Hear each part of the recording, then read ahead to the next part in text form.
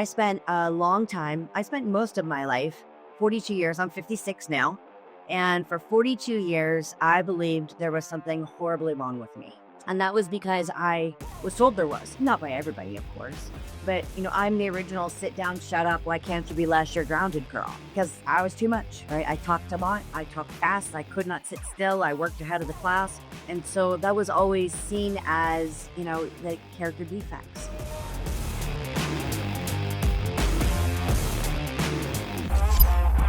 Hello, everyone. Welcome back to Unlike Marketing. And today we are with another great guest that was Sherry and Sherry Jo Watkins, founder of Bold Brave Me, and the Christian Entertainment Network and the Bold Brave Brew and several other companies. She's a speaker, author, coach, and have a lots of letter that really doesn't matter because she defines herself a child of God. And that means that she's equipped for anything she's called to do. It's a great description. We love that. For who follow my channel, they know that we're all about God and the teaching of God. And for that, I want to hear more from you. Share who you are, where you come from, how do you get where you are. I love the name Bold Brave. Me, it's beautiful. It's really spiritual. I want to hear that, how you got that name and everything you do right now. So it's gonna take about a year. No, I'm just kidding. We have Bold Brave Me. I didn't plan it. I didn't plan it. It was not my idea. I've been a Christian for a long time, but I was that professional kind of Christian that I shined, I did all the things, and I actually believed it was me. Right, that God made me special so that I could do all these things. And that's kind of true, except for when it was all focused on me, it was always short-lived, right? And I spent a long time, I spent most of my life, 42 years, I'm 56 now. And for 42 years, I believed there was something horribly wrong with me. Okay. And that was because I was told there was. And like, not by everybody, of course. But, I'm the original sit down, shut up, why can't you be less, you're grounded girl. Because I was too much, right? I talked a lot, I talked fast, I could not sit still, I worked ahead of the class. And so that was always seen as, the character defects. And so consequently, I had to be the best at everything that I did because it was the only way that I would be accepted. And so I spent so many years, like I would, it's like, well, you haven't done that before. Okay. And I can do it now. And tomorrow I will be the best. Right. And everything that I did, I was, it doesn't matter. I can learn it and then I'll do it and then I'll be the best at it. And then I'll teach you how to do it too. And so I spent so many years of my life just running that race. Right. And playing the game and doing the things. I never felt satisfied because I always there's always that little voice. There was that little voice in my head that said, there's got to be more. There's got to be more. There's got to be more. And I tell people all the time, like, listen, when that voice tells you there's got to be more, it's not lying to you. There is, right? There is more. But I was terrified, like everybody else, to like say, okay, well, I'm going to step out and do different things. And so at the age of 42, I had this very planned exit from healthcare administration. I had decided that if Les Brown can do it, if Les Brown can do all the things that he's done, then I can do it too, right? And so I decided that I was going to write the book, no matter what anybody said. And then I was going to do the things, no matter what anybody said. And then I was supposed to change lives. And then I still thought it was all about me, right? And so, but it wasn't, but I thought it was. And so after I left healthcare, I knew I was supposed to be on these stages, right? I was always a motivator. I was always the person that was lifting people up. And I knew I was called to do great things, but nobody would let me on the stages until I had been on the stages, right? And like nobody will give you that opportunity to do the things that you know you're supposed to do until you already have experience doing it. It's kind of like jobs, right? And a lot of people quit, right? A lot of people quit because it's hard, right? And you get told and know enough that you start to believe that it's not for you. But that's not me. So I was like, okay, well, you won't let me on this stage. I'll just create my own. So I did. Right? So I created the first speaker bureau that I was on was called Motivation Unleashed. And it was me and 5 other people that were some of them had been around longer than me and some of them were right where I was, right? And so from there, we went to different colleges and did different things. And that was what changed everything, right? It was putting myself out there in a different way that I was like, okay, that opened up podcasts, it opened up radio shows, it opened up coaching opportunities.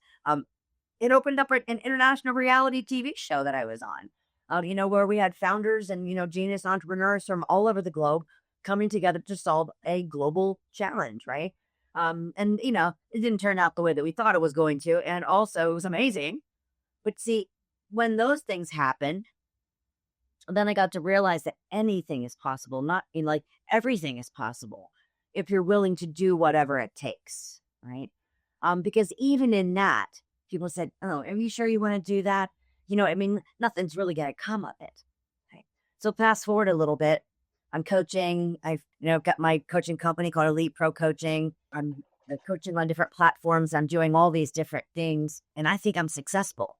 Right? But I'm still not really happy. And then I got cancer. Right?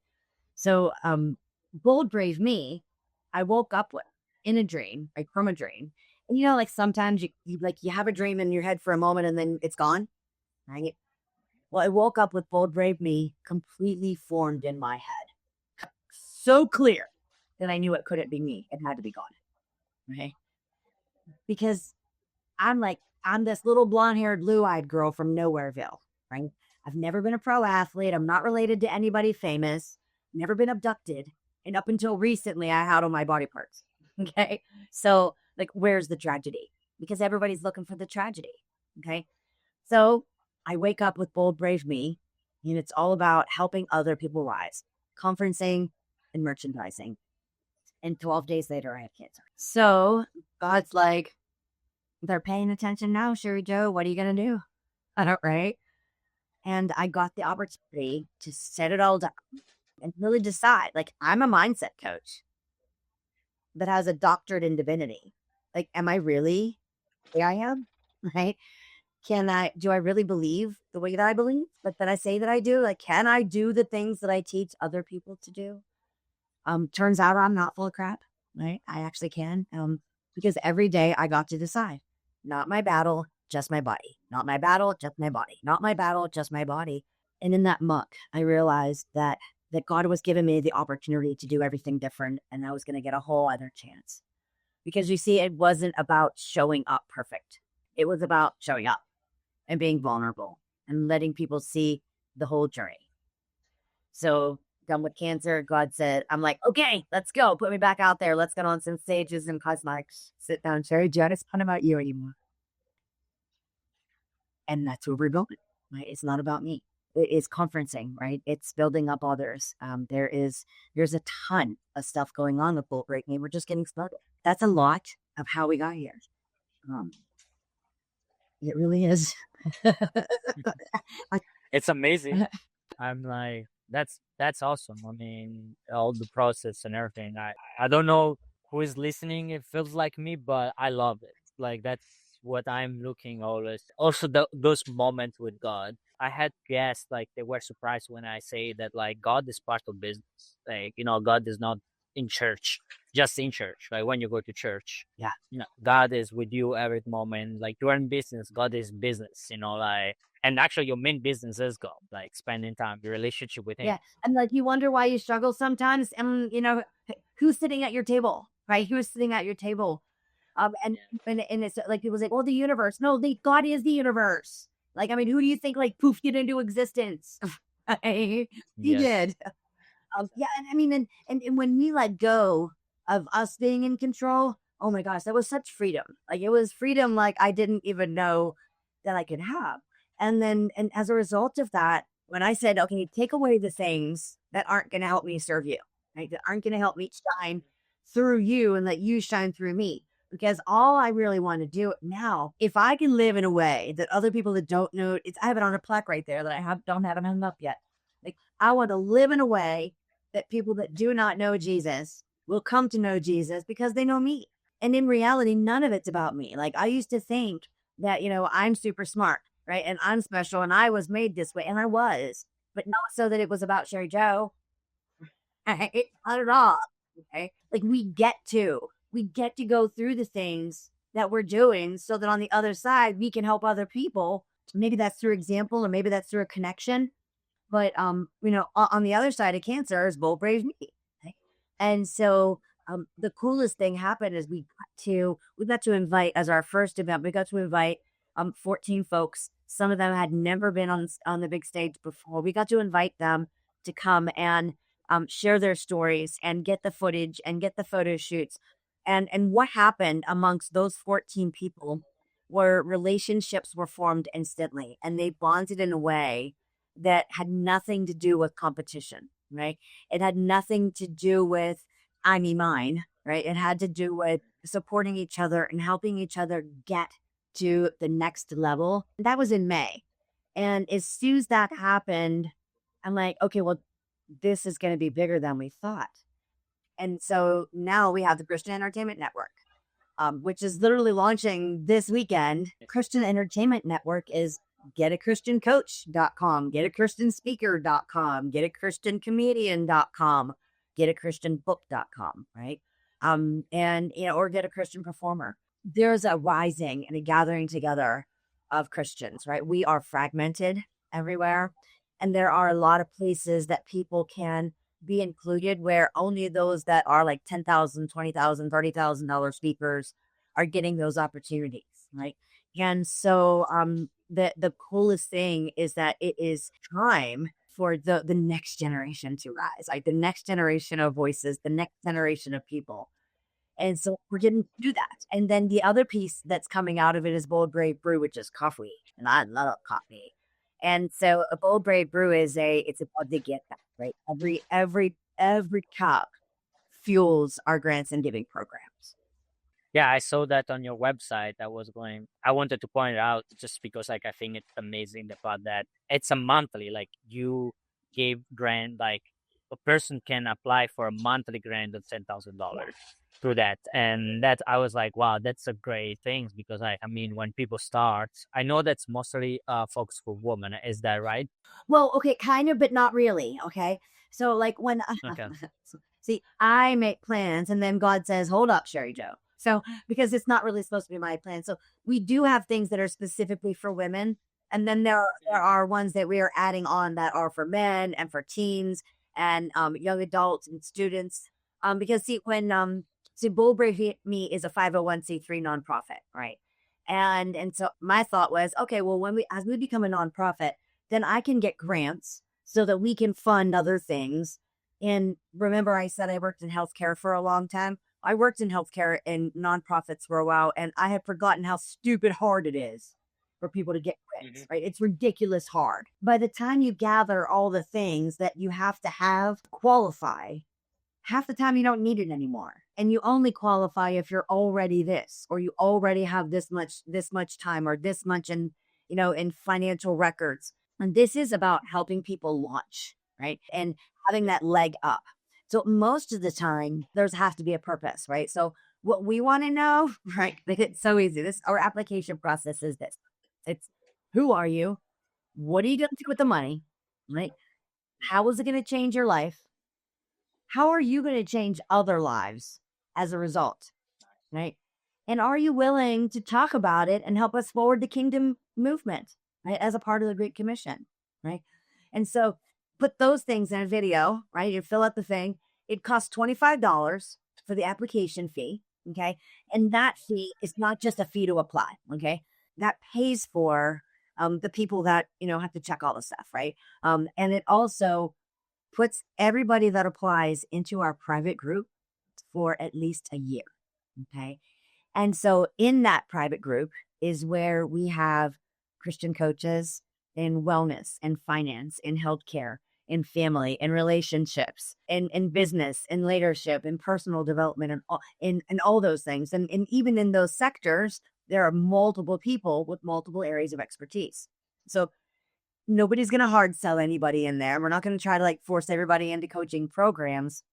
Of course, they're going to be available because we have them, but for an entire year, even if you don't get the grant, you can be poured into, be surrounded by like minded individuals, right?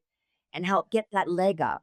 because we have like free mini courses inside, and like there might be like a free workshop, or maybe there's a workshop that costs $10, right? Whatever. But it's a matter of not just like I'm taking a chance to get this grant, right? Yes, I'm taking the chance to get the grant, and also I'm gonna get access to all to the events, and I'm going to have access to all these coaches that want to pour into. That's magical. Oh yeah, it's. I mean, you have created like a full community at the end of the day. It's like no, like most of the time you find like one of these things. You have created like a space, I would say, where people can go. I mean, when you start as entrepreneur, I mean, I've been like in this game like for about like 40 years. I always say like you don't even imagine how many hard times you're gonna have. Oh, yeah. It's like you don't even imagine. It's just like I think like I was reading a quote, something saying like you decide to be an entrepreneur just because you decide that suffering is better than regret. Oh, that's funny. I always steal that. And I was like, that's so much true. It's like the reason why I started all of this is just because like I didn't want to regret the fact that I had an idea in my mind and I was like, this idea can make me a lot of money or can change lives or can do so many things. I can do so many things through this idea. But then like I never knew that that idea also brings like so much pain, so much hard time and moments where you wake up and you're like, why am I doing this? What can I just check if there's a job I can apply and just Oh my God. Yeah. My friend Mindy, she was like, put me back in the Matrix, God. Or Lee's like, no. right? Right? I'm like, Exactly. right? I It's mean, when you decide that you're going to do what you're supposed to do, like when you know that you're called to do something, or even if you kind of think, right? I mean, regret is the worst thing. I'm a little bit cheesy. And so I have like little cheesy isms. And one of the things, that I know it's about that comfort zone, right? It's like if you were supposed to stay there, they would have called it the awesome zone, but they didn't, right? Because really nothing happens there that's awesome. Okay. It's just like me. Okay. Talk about gotta have the right mindset. Gotta have the right mindset. But see, the thing of it is that mindset without action is cheerleading. Okay.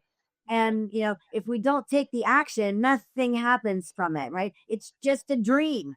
Like your vision is just a dream that someday you're gonna be like, oh, that could have been great if I'd only tried. Right. And exactly. but and so many people, but it will be hard. I'll tell you a Mm, funny story. One of the books that's coming out, I have like 5 books now, and I don't own my first book. It's my face, it's my words, and I don't own it. And that's part of the reason that I help other people get their things started, because we make so many mistakes. We have no idea, what's happening out there. The very first thing, Giuseppe, that I did as a business owner, okay, on the very day, my very first day, I literally was filming myself locking the door on the healthcare office. Okay. I'm closing the door on this chapter, right? Literally. Here's all my links. Check it out. I've been talking about it for a year. It's go time. And I had gotten hacked earlier that day. That day, I got hacked out of Canada. And let me just tell you, Canada didn't care. So, however, the first thing I did as a business owner was I sent a virus to 1,284 people. And I don't mean just a kind of virus, I mean blue screen of death virus. And my phone started blowing up, like blowing up, right? And the Jerry Jo, it ended up costing $160,000. That was on September the 17th, 2016. I just settled the last one 3 months ago. I thought I was all set up. I put aside 6 months of all my bills so that no matter what happened, I was going to be okay. I had antivirus. I thought protection. I only had monitoring. I could have been that commercial. It was like, what do you mean? You were only monitoring it? Because that's what it was, right? Like it was that monitor didn't care. And so there's so many reasons to quit, but you have to know who you are and whose you are, right? And we have to be willing to be so focused without wearing blinders, right? Because if we're putting the blinders on, we can only see what we can see. If I just go like that a little bit, that might be what I need, just that very next little piece. And so, we get so focused on what we think it's supposed to be. And I laugh sometimes because my husband will say, "How'd it go, Sherry Joe?" And I'll be like, "Despite my interference, it was awesome."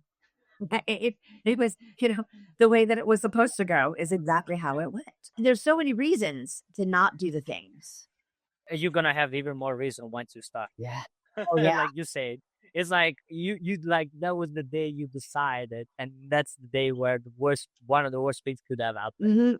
and everything. I mean, obviously, like you had cancer. When you think about that, $160,000 is nothing compared to cancer. Probably, you're like, I would give another 160,000 before getting cancer another time. Like, I can give other three times 160,000 instead of have like cancer. Yeah, yeah. But you know what though? There's something really, really, really cool. Okay. And the fact is that like I'm the person you can't beat me because I will not quit. Period. Right. Like, I mean, that's just me. Like, I'll pivot, I'll go that way. Like block wall, okay, I'll go around it. I don't care. But the thing is that when we decide that whatever it is that we're doing is worth it, right? And you just said, no matter what, I'm gonna keep going, I'm gonna keep going.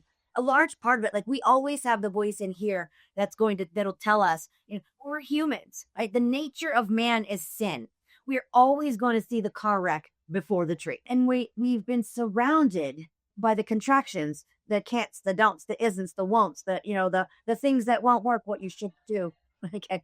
All of those things. And so it became so clear to me that I needed to know exactly who I am and whose I am, right?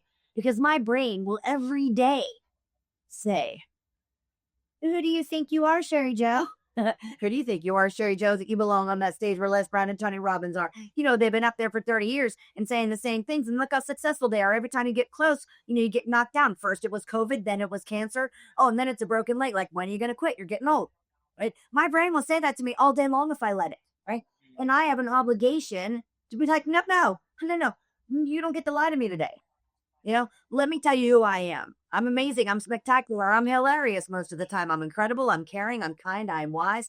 I'm loyal. I'm driven. I'm dedicated. I'm designated.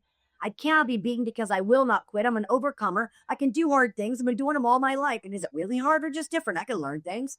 And because I'm a Christian, I got 130 other things. Like, I'm the head and not the tail. I'm above and not beneath. I'm righteous in the eyes of the Lord. I'm blessed going in, coming out. No weapon formed against me shall prosper. When I say those things, people are like, oh, but you're just relying your brain. It's science. Yeah, and it's God. Okay? Because we take our thoughts captive. We speak the things that are not as though they are. And hearing. Faith comes through hearing, right? And you're also forming new neurological connections to rewire your brain. Science is God. And so, I have an obligation to myself, right?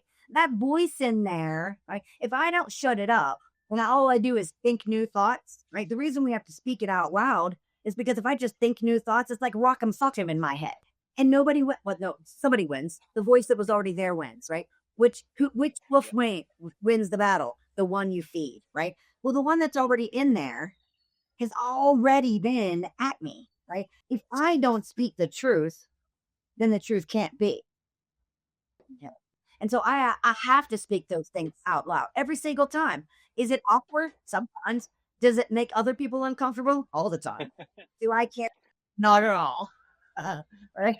Right? It's like at the end of the day, like I mean, they get uncomfortable, but are they gonna help for your life? No, no one is gonna help you anyway. Then it's like just keep speaking and keep help yourself. Like who cares? Yeah. That's really great. I mean, death and life are in the power of tongue, and always interesting to me that was first before life inside the word. Like he's say death and life. It's interesting because death is actually it's the plan of the enemy, not Satan. Like what he does, he come to steal, kill, and destroy. Is that like he's gonna steal first your emotion, your happiness, your dreams, your vision, and then he's gonna destroy it, like take it totally apart. Like you might see your things that you're doing are going down, and you're like, why God? And you think like it's always connected to God, but the reality is like, what are you feeding? It's what you say. Like if feeding your mind and you are left these thoughts going in your mind, then you start to do things and in your business on your life that goes with the bad thoughts, and then and sooner or later your business start to go down and you think like, oh, that's God. Is like, no, It's like, like you are just entertaining the thoughts, and because you're entertaining thoughts, I would say a lot of time comes, and this happened to me. I know this many times. Like it's so easy when you are in a hard time to lose focus. God has specifically told you. For me, for example, January, he told me something specific. He said, like, hey, I want you to go in this direction. I want you to start to focus on buying businesses and things. I've been working on that, but I haven't been able to really buy a business yet. Like, like as soon as I found someone, something doesn't work, okay, I need to find another one and go back and forth. And this is like over 6 months. Every morning you wake up saying like, why I'm spending so much time? Maybe you should spend time in something else. But like if you do that, now you're losing focus. Right. And now now instead of you're making even longer the time it takes to find what God wants you to find, because like you spend today, instead of looking at that, you are like, oh, you decide that maybe I should do email marketing, oh, maybe I should run some ads, maybe I should run this. And then God is like, no, wait, I want you to focus here. I told you that's where we are going. Okay, it's not working yet. It's because I have one specific for you. You just need to wait. Right. Right. Because no does not mean no. Often it just means not yet. Not that one. Yeah, Uh, exactly. And maybe it's saving you from something. I mean, even on my job research, when I first came out from my master degree, I was like, I had something specific in my mind. I didn't know God yet, but like, I don't know, something inside of me was telling me like there was some type of standard I want to reach. I wanted this type of job and everything. And I graduated in December, right? I started to interview right away. I actually almost I got offered a PhD with work. Means like I was getting paid like working, but I also getting a PhD at the same time. Was great in Germany. I was super happy. There was something in me like I could never explain to people until I met God. That was really rebuking. That was like, no, you cannot go there. It was every time I would try to go through the process and everything, it was just like stopping me. And I ended up quitting that process and we start all the interview and everything. From January, I tried a job in March because I was like, it's been 3 months. My parents were like, hey, you need to start something. What are you doing? Like you're doing a ton of interviews. You always say no. Make a choice. You have to start somewhere. I was like, okay, cool. I'm gonna start this job. I entered this job. Was one of the worst job in my life. I quit it in 2 weeks because it was like it was crazy. Like a master degree in electronic engineering. I was getting paid 1,100 a month, and in the contract said you have to be working only 40 hours a week. And my manager was, if I was leaving after 10 hours of work a day, he would tell me like, oh, I was working off only off time. I should stay more. I should stay 11, 12 hours if I really wanted to make it in the business. And I was like, what's going on? This is not why I went to engineering school, not for working 12 hours a week and for 1,100 a month. So mostly like if you give me like, I don't know, 8, 10,000, that's different or, but like, anyway, I quit it. I got an interview. All this to say that I didn't get the job that I like it until May 13th. I graduated in December. It took like 6 months almost to find the job. I had interview after interview, but yes, finally there was this job in Switzerland. And believe it or not, this job in Switzerland is where I met my spiritual father that actually told me about God and I got saved. See? And see, we just don't know. Like, like when because God put something in you, right? And because He knows, He already knows, right? Oh my goodness! I'll tell you. I just a quickie. I'm excitable, obviously. I'm loud. I'm passionate, and when I became self-employed, my husband is also self-employed, and he's a musician. He's very calm. That I'm not. So I've always had my office somewhere else, right? And where I live, there's a lot of old Victorian mansions in the downtown area. And so a friend of mine lived in one house, and the next house over was turned into like office spaces. And mine was the best because I like really fixed it up and everything was beautiful. And my internet was better than her internet was down there. So I was doing these podcasts up here, and I went down to the office after being gone for like 4 days, and her daughter had come home from college and moved into my office for her summertime. Okay. So she was sleeping on my futon that I was using for my couch talk for my thing. All my equipment had been moved. All this kind of stuff was happening. And I was like, "Are you kidding me?" So I told my husband, I gotta move all my stuff out of there, like now, right? 17 days later, I had cancer. Okay. Like I needed to be here, you know? And so it wasn't about, shame on them. It was like I wasn't gonna move myself home unless there was a reason for it to happen. And I needed to be here so that I would be prepared and ready to do the things so that I could thrive through my treatments. But when that was happening, I was like, right? Because sometimes we just can't see what's happening. And so it's that constant learning to trust, constant learning to trust.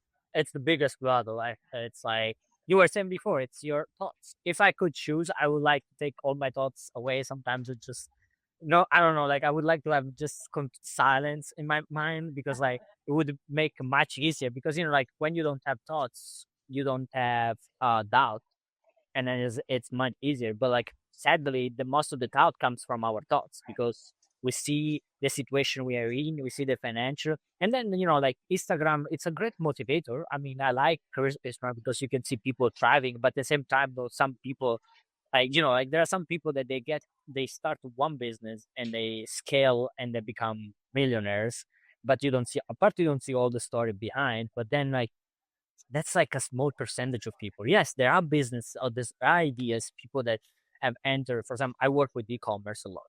I met some e-commerce that literally like they launched the brand like in 6 9 months they were making hundreds of thousands of dollars through that brand because I mean they found the right way to do it and they found the right niche. But that's like it's like maybe like 0.1% of the business launch every year. Like majority of business launch every year, they die. Like 70 to 90% of people of business to every year they're gone. Like in the first year.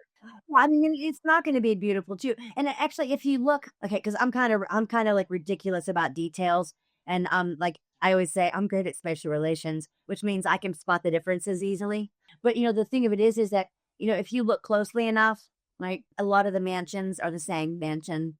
Okay, the cars are the same cars. The pools are the same. Listen, I can go rent a beautiful place for a day and do filming. Okay. Um, or I can be totally authentic and be like, you know what? It's hard. And I don't have the absolute best place in the world. And also, I'm not beholden to it either. I don't have to worry about, well, what will people think? What does it look like all the time? Right. The most powerful thing that I was able to do, this is going to sound so materialistic. And it's not, but it is kind of, I guess. I decided because I don't feel my feet all the way right now, because of the chemo and not, the neuropathy and stuff. And I decided I was never ever going to wear a Calvin Klein dress again, and I'm never going to put on another pair of heels.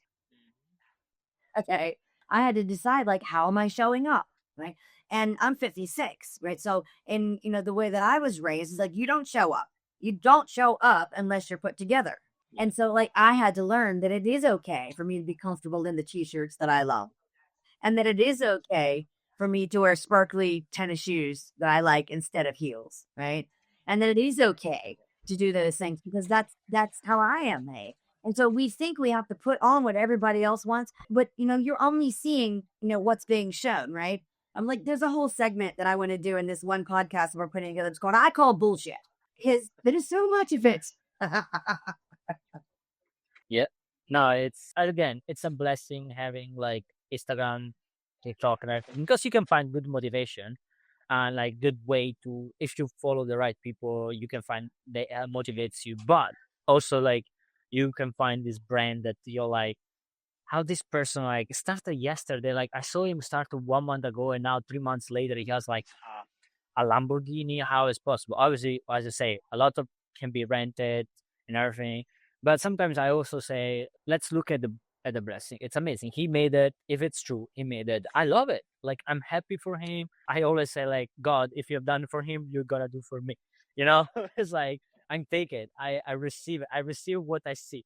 I receive everything. Like and then what really happened was see. But in reality, I feel like mostly when you are going with God, any person I met, they're always gonna have a moment of trial. I would say you have to go through trial, because God is not looking for you to making money, even if he needs that, because he needs that for his kingdom, because he wants you to help other people. But you, first of all, he's looking for a relationship and trust. He's like, I'm gonna show you how to make money, because that's what happened to me. Like when I was working in Switzerland, I was making like multiple six figure just working as an engineer. I was a senior engineer, and then I went from that to zero, moving to the US to zero. I was like, that's like, people don't understand when you make like 110,000 a year, you know that there is like the check coming every month, and then like the month next you are back to zero, nothing. And I moved here to US and had to rebuild everything. Like I went to school for Bible college first, not working, nothing, and then from the year after started to build. I got married. Now I have a wife. Now I have a kid, and there is more things in your mind going on, like more people you have to provide for, and then you're like, God, what's going on? And you're waiting for God to be like, hey, we were doing great 2 months ago. What's happening right now?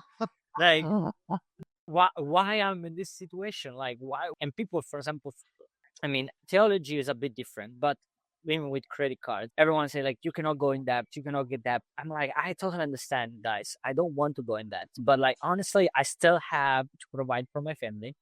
I asked God, is there another way? I need this money, I need the thing. And he's like, no, I want you to keep going that way. And then I'm like, no, I have to use it, whatever it is in front of me, to be able to pay off. There's a difference between using your credit and abusing the credit. Exactly. Yeah. Yeah, huge difference. Yeah. And that's, don't be scared. I think like you speak with anyone, like I speak with many Christian entrepreneurs, and they say like, yes, man, like I was one point where I max out all my credit card, and then 1 month after, I was making so much money that I paid them out all of it. But he was like, yeah, it was a year of using all the credit cards for pay for everything, because there was no other way. So okay, so let's go back. I'll just give you a couple of examples. This is in the last since COVID, right? Since COVID. I'll give you a total example of how my numbers have fluctuated, how they impacted my credit score, and how I ended up getting judged, and also how I don't care. Yeah.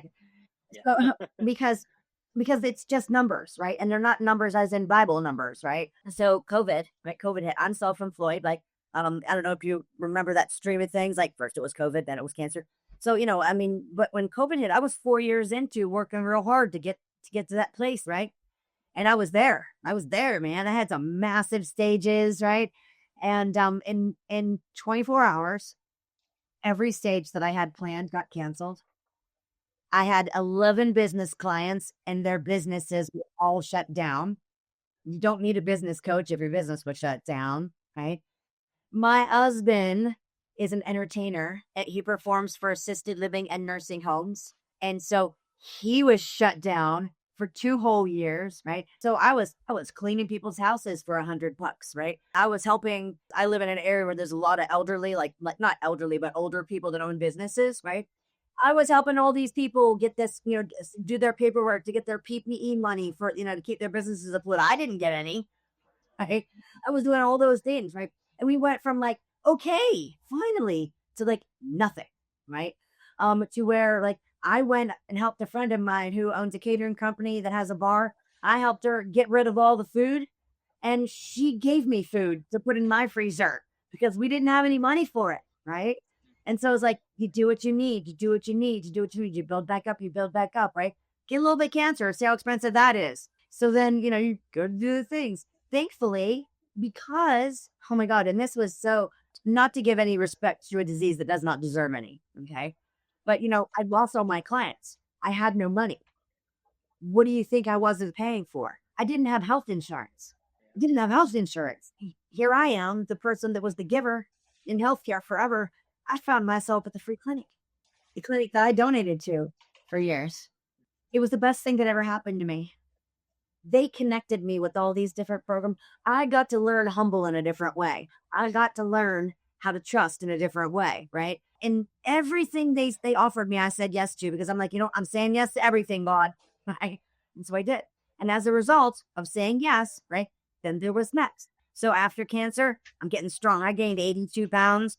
because I ate everything in sight because they said you need a lot of calories, you need a lot of protein. I'm like, I'm doing it, right? And I did it. So like I start to get healthy, I do all the things, break my ankle. Like bad. Like I'm walking to the pool to turn on the pump because it's an above ground pool in Ohio. Because I didn't get to swim for 2 years because I always had some incision somewhere. And my ankle rolled, didn't fall, nothing. I broke off all the points on your ankle. So now I have to learn how to trust in a whole different way because, cancer, I can go get my own water and ice. I can make food. Broken ankle, I can't, right? So there's all these opportunities, right? So then I would say, all right, fine. I'm stuck here in this chair. I'm buckling down. Everything's gonna rise. We do. Work hard. You get an opportunity. I help somebody grow their business to a way that they get to sell it in a massive way. I get less from it. I pay down all my bills. Right? I pay off my house, and my credit score drops 100 points because I paid off all my bills. And so now my longest line of credit is only 2 years instead of 13. And so my credit score dropped 100 points. So, like, okay, what do I have to do? The only way to make it rise is to increase the amount of credit that I have available to me. I do that. But the moment you use the credit, your score tanks again. Okay. And so, what I've realized over the last few years is that it does not matter. Okay. It does not matter. Right. What those numbers are designed to do, it's to allow other people to judge your worthiness. And consequently, we judge our own. I mean, if it is meant for me, then nobody can keep it from me. And so when we release that, I care what other people think, right? And we just say, okay, I'm going to do the things, and then the money will come. Scared money does not make money. And so when people are worried about like I can't do more because I have to hold on to what I have, well, no, you got to use what you got. That's why you have it. Mhm. That's why you have it. Like God didn't help you buy that house so that you keep it nice for the next person. He wants you to enjoy it.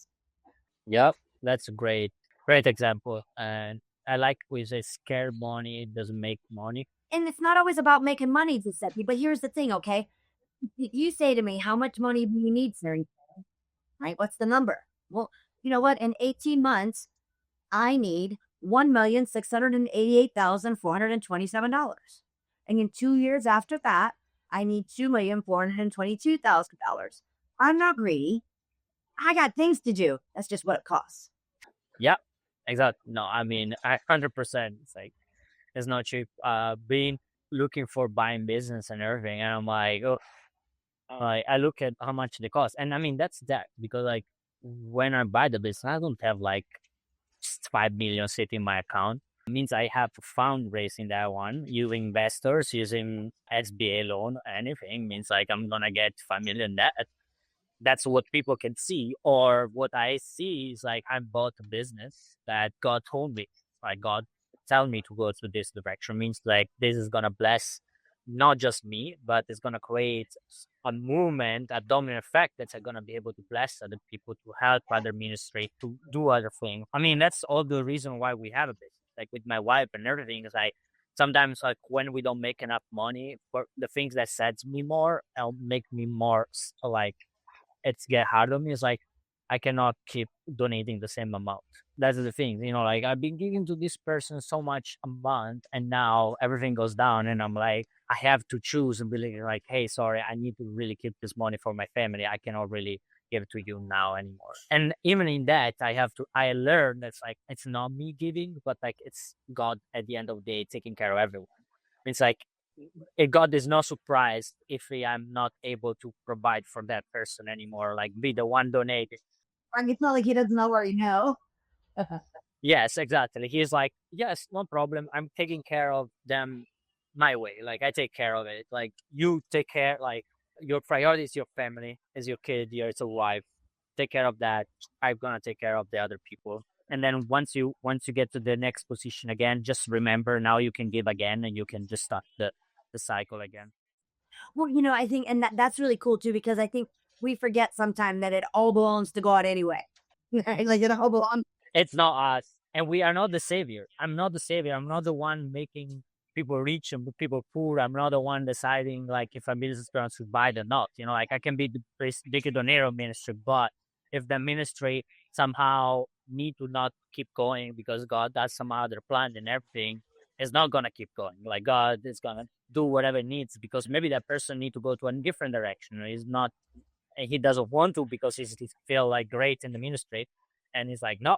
God is like, nope, sorry, we need, there's something different. I mean, even with my business, I have a business here standing, and I hear God in February, March, saying like, hey, this is not the business I'm gonna keep you forever. I need you to move to a different bank. And I'm like, what do you mean? It's like now we finally start to make good money and everything, and you're like, oh yeah, just leave. And then like 1 month after that, all my clients almost goes down from that business. I start to lose one after another, and everything is disappearing. I'm like, wait, what? What? What's happening here? What's going so great, Lord? It's like even if you don't want, like I'm gonna do it anyway. Like, like it doesn't matter. I've recently put a lot of focus on, we ask why, right? And there was a meme that I saw recently, and it was, I mean, it's not new, but it was Sheldon Cooper from Big Bang Theory, right? And he's like, it's on this meme, he's like, me reading my God's plan for my life, and he's like, why, why, why? And he's like, oh, that's why, right? So we just can't see it. So that kind of hit me in a way because we ask why a lot, like, and we're supposed to ask why because we don't understand.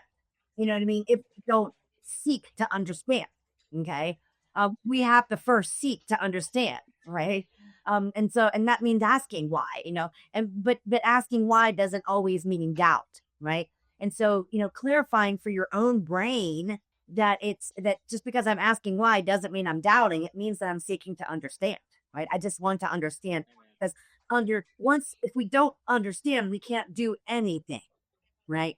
And so like understanding should be the first thing before action, right? And then the other thing too we forget, at least I do, maybe but as humans, I think often like I forget in the everyday trial that it's all already done.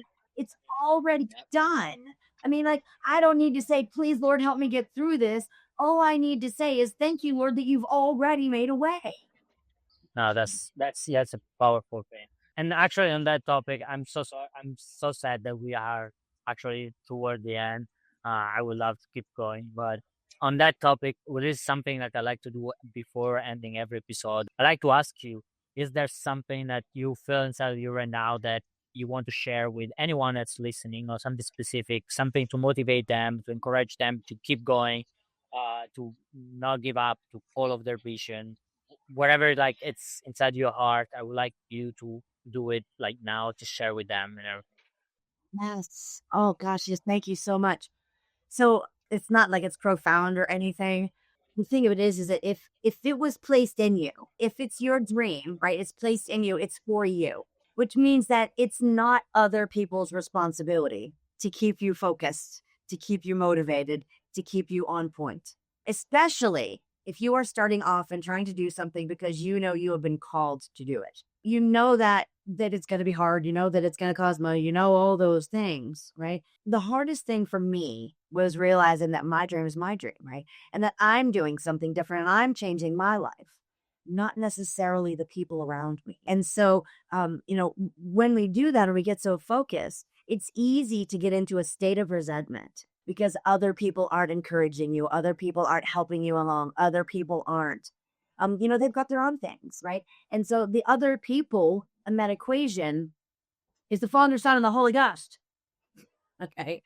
Those are the real other people in your equation. Okay. If it was put in you, it's yours. Right? It was for you.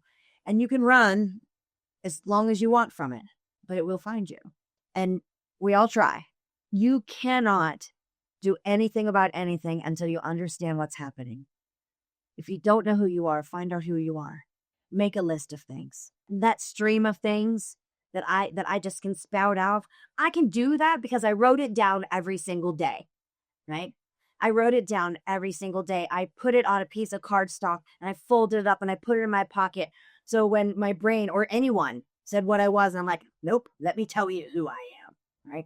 I had it written on eyeliner in eyeliner on my mirror, right? Because every day when I used to have long hair, I would be drying my hair and getting ready and standing in front of that mirror, right? And I would say who I am and all those things, and it doesn't have to feel good in order for it to be true. So my final word is this. The word of God does not say that things have to feel a certain way, okay?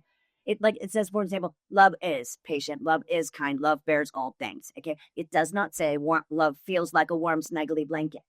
We always have a decision and a choice to let God's word drive our lives. And I promise you it will be better. Yes, I love it. And actually, before we end, I would like, can you say again exactly your declaration? Like all the one you say it again. I want for anyone, like this is the time for them to write it down, to everything, and to keep for themselves. Well, I can tell you this right from the get go before I run it off, because I mean, I love doing it. We start off one way, and you can just see and feel the power, like just the excitement coming. But other than the first couple of things on my stream, it's not all that particular to me, right? Uh, so mine goes like this, because my brain will tell me who you think you are, Sherry Jo, that you belong, da da da da da, doing all the things, and I say, you know what? Just because I haven't been there doesn't mean I don't belong there. I'm intelligent, I'm caring, I'm kind, I'm wise, I'm amazing, I'm spectacular, I'm hilarious most of the time. I'm loyal, I'm German, I'm determined, I'm designated, I'm dedicated, I'm an overcomer, I'm more than enough. I cannot be beaten because I will not quit. I am made for such a time as this. I can do hard things. I've been doing hard things all my life. Everything I've done has been hard until it wasn't. And oh, by the way, because I'm a Christian, I have like 130 plus other things, like I'm the head and not the tail. I'm above and not beneath. I am righteous in the eyes of the Lord. I am blessed going out. I'm blessed coming in. I'm blessed in my storehouse and I'm blessed in the field. I can do anything that I set my mind to when I put the Lord first. It just goes on and on and on. See, the thing of it is that it's all truth. Yeah. No, that's awesome. I love it. Thank you very much for sharing that with us. Thank you very much for everyone to watch this video. I think like on the motivation side or on an identity of God, the identity of us in God is this is one of my favorite probably guest I had. Like you are one of my favorite. Like I really enjoyed this. It was like powerful. Also hearing like what you went through is like there's only a few people that they can beat you probably on worse things, but I would say like you went and I love you smiling, energetic. That's crazy. I really tell everyone, like she's an amazing person. I want to know in the comment like if you want her again because I want her again on this podcast. I want to hear more. But I want also other people, whoever is listening, to write down in comments say, I guess we want Sherry Jo again. We want Sherry Jo again, and leave a like, subscribe to the channel, and again, thank you very much, Sherry Jo, to be part of this podcast. I really enjoyed the interview. It was my honor, my privilege. Thank you so much. I mean, really, what a joy. I'm proud to call you friend now. Awesome. Thank you very much, everyone, and see you next episode.